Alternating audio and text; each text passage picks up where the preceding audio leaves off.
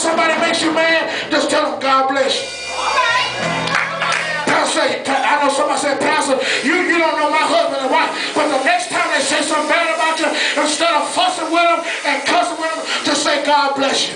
The next time somebody in your neighborhood starts saying something negative, instead of sitting there holding a conversation with them, say God bless you. Is there anybody know that God will make your enemies your footstools once you learn how to start saying God bless you? Can I tell you something? When you put somebody in God's hand, guess what? That God's hand is bigger than your hand. Look, my brothers and sisters. Some people allow people to weigh them down. Right. But Paul says, if whatever I'm going through is going to magnify the Lord, then let me go through it. I think I need to say that again. Paul says that while I'm in prison, instead of me talking about those people who put me in prison, I'm not going to worry about them. But the one thing I do worry about is preaching Christ. Look at your neighbor and say, neighbor, you got to learn how to preach Christ. Is there anybody who knows that your life ought to be able to preach Christ? That somebody ought to see you and see the good works that you do and not glorify you, but they ought to be able to glorify God. Is there anybody who's going to say to themselves that I'm tired of mistreating people? I'm going to learn how to treat everybody right. That's what the song says. I'm going to learn how to treat everybody right.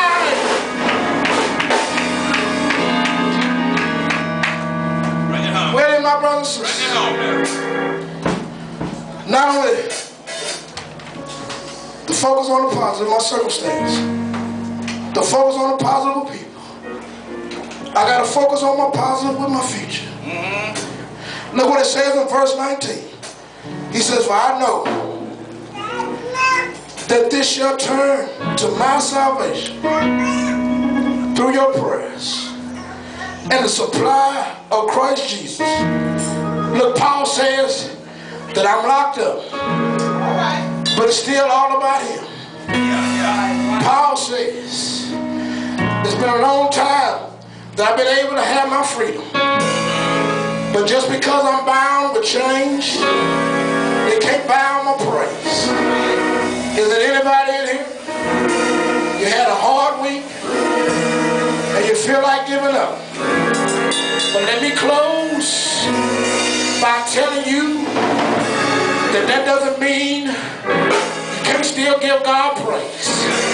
Is there anybody in here? You cried all week.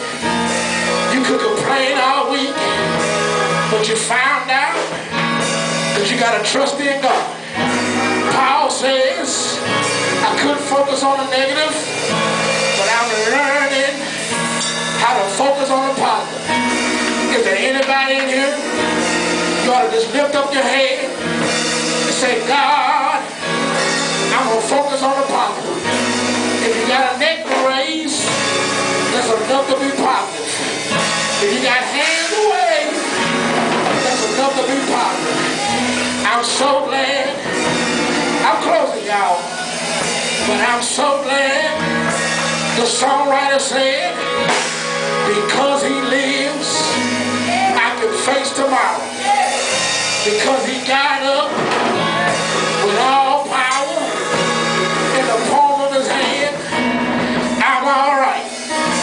Paul says, I'm trying to close here, y'all, but Paul says, for me to live is to help somebody else, but for me to die is all right.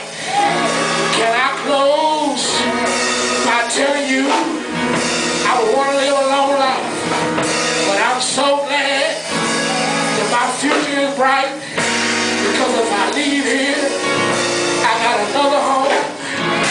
I'm so glad. Is there anybody here on your way to heaven? Is there anybody here? No, you got another home. Is there anybody here?